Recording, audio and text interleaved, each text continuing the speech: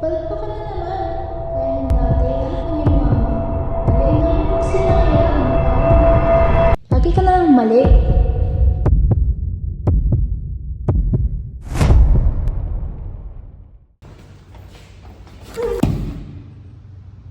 Sorry.